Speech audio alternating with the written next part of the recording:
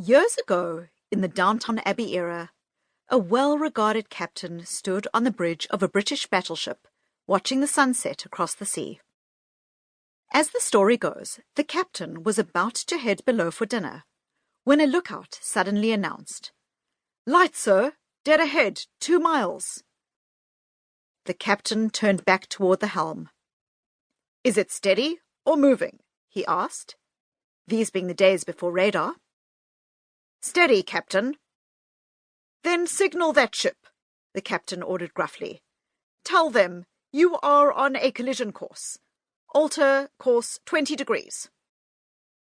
The answer from the source of the light came back moments later. "Advisable you change your course 20 degrees. The captain was insulted.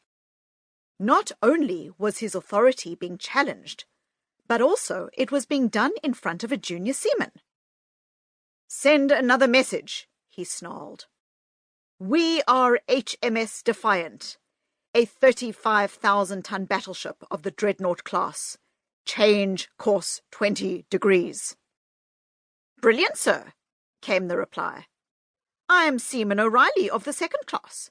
Change your course immediately." Apoplectic and red in the face, the captain shouted, "We are the flagship of Admiral Sir William Atkinson Willis. Change your course 20 degrees. There was a moment of silence before Seaman O'Reilly replied, "We are a lighthouse, sir." As we travel through our lives, we humans have very few ways of knowing which course to take or what lies ahead. We don't have lighthouses to keep us away from rocky relationships. We don't have lookouts on the bow or radar on the tower, watching for submerged threats that could sink our career plans. Instead, we have our emotions, sensations like fear, anxiety, joy, and exhilaration, a neurochemical system that evolved to help us navigate life's complex currents.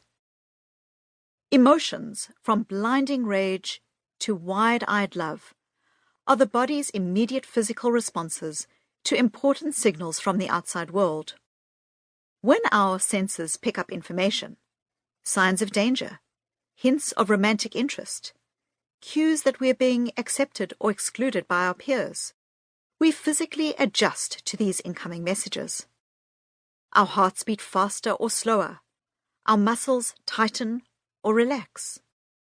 Our mental focus locks onto the threat or eases into the warmth of trusted companionship. These physical, embodied responses keep our inner state and our outward behavior in sync with the situation at hand, and can help us not only survive, but also flourish. As with Seaman O'Reilly's lighthouse, our natural guidance system, which developed through evolutionary trial and error over millions of years, is a great deal more useful when we don't try to fight it.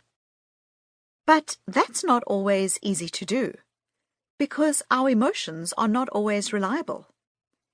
In some situations, they help us cut through pretenses and posturing, working as a kind of internal radar to give us the most accurate and insightful read into what's going on in a situation. Who hasn't experienced those gut feelings that tell us, "This guy's lying," or "Something's bugging my friend, even though she says she's fine"? But in other situations, emotions dredge up old business, confusing our perception of what's happening in the moment with painful past experiences. These powerful sensations can take over completely, clouding our judgment and steering us right onto the rocks. In these cases, you might lose it and say, "Throw a drink in the lying guy's face." Of course, most adults rarely surrender control to their emotions with inappropriate public displays that take years to live down. More likely, you'll trip yourself up in a less theatrical but more insidious fashion. Many people, much of the time, operate on emotional autopilot, reacting to situations without true awareness, or even real volition. Others are acutely aware that they expend too much energy trying to contain or suppress their emotions, treating them at best like unruly children, and at worst as threats to their well-being. Still others feel their emotions are stopping them from achieving the kind of life they want, especially when it comes to those feelings that we find troublesome, such as anger, shame, and anxiety. In time, our responses to signals from the real world can become increasingly faint and unnatural, leading us off course instead of protecting our best interests.